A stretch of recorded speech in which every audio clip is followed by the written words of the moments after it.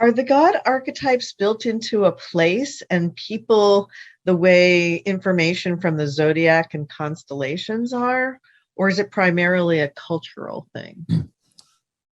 Well, it's both, in the sense that the very idea of archetypes is built into the collective consciousness, the fabric of your collective consciousness, in order to give you the ability to experience symbols and signs and reflections from different symbols in your reality, different symbols in physical reality that can reflect to you different portions of your consciousness, help you get in touch with the rules of the game that you set up for yourselves to have an earth game experience.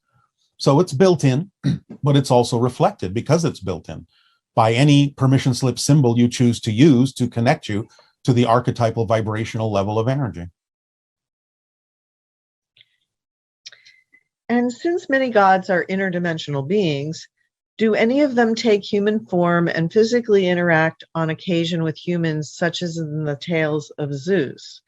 Does Zeus still visit Earth to do activities, even though he's fallen out of popularity as a symbol? And does Zeus have a message for the audience today? The Zeus archetype still functions in your collective consciousness, of course, because once created in that way, nothing ever really leaves it. But it's perceived very differently because you have modernized yourselves to not necessarily represent it in the form of an idea called a god.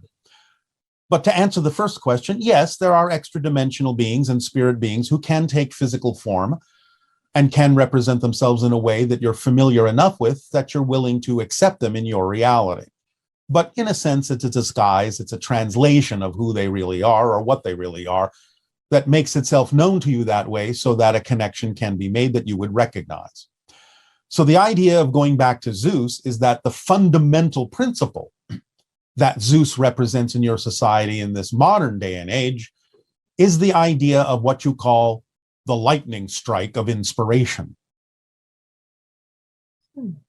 You still even use the idea, oh, lightning has struck, when you become inspired by something.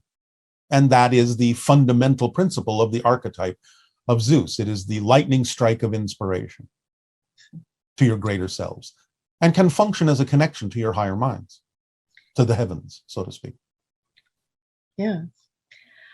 Just on that topic of Greek gods and everything, the way that they were depicted in our history, are they actually just archetypes or were they ETs that were being personalized? Well, again, both.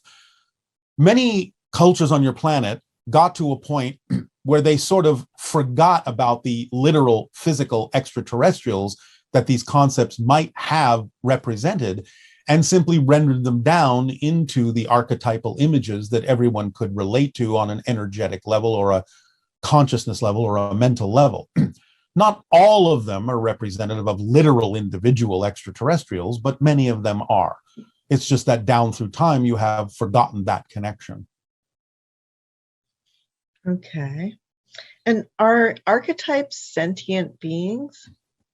They are autonomous unto themselves because, again, every depiction of consciousness in any form is autonomous unto itself as well as being part of the whole. So is each one of us a unique archetype of God? You are. Exactly so. That's the final equation to the understanding of archetypes, is that every single one of you and every single being in existence is an archetype of all that is. Wow. And does mass consciousness create archetypes, or do archetypes exist independently of mass consciousness and we're simply tuning into their frequency? Since all that is all that is, archetypes exist, but mass consciousness decides how to use the archetypal energy in the way that is relevant for the cultures that will appear in those civilizations. And if archetypal characters spring from the mass consciousness, well, maybe they don't spring from it, but does there exist archetypal representations of such characters as Paul Bunyan, Uncle Sam, Santa Claus, Mickey Mouse, Superman, and other well-known fictional characters? Yes, in fact, the idea of fictional characters is that they usually are representations of archetypes. Okay. And is there, so playing with those archetypes that children are attracted to, or even adults are attracted to, how can that help us to interact with those beings? Well, by creating stories, by using those archetypes, you can understand your connection to them more fully, more clearly, as representations of your own internal energies, as well as your own choices in life and challenges in life and how to transform them.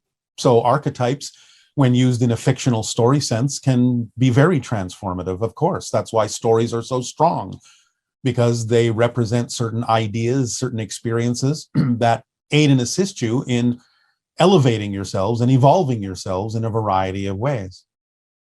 They help you see the light. So, like Mickey Mouse is so popular all over the world. Is there anything specific you can share with us about why that particular archetype is so? Well, it is an archetype, not the archetype. There are many different versions of that idea, but it is an archetype of innocence and play, of imagination in a childlike way. And it has the attributes like of the large eyes, the cuteness. That's all kind of That's what I said, in a childlike way. Like way. Yeah. Okay. And it also represents the idea that big things can come in small packages. Yeah, because it is pretty interesting the way so many different cultures have embraced Mickey Mouse. Yes, because again, it is an archetype of imagination expanding beyond what would appear to be its ability. Right. I see.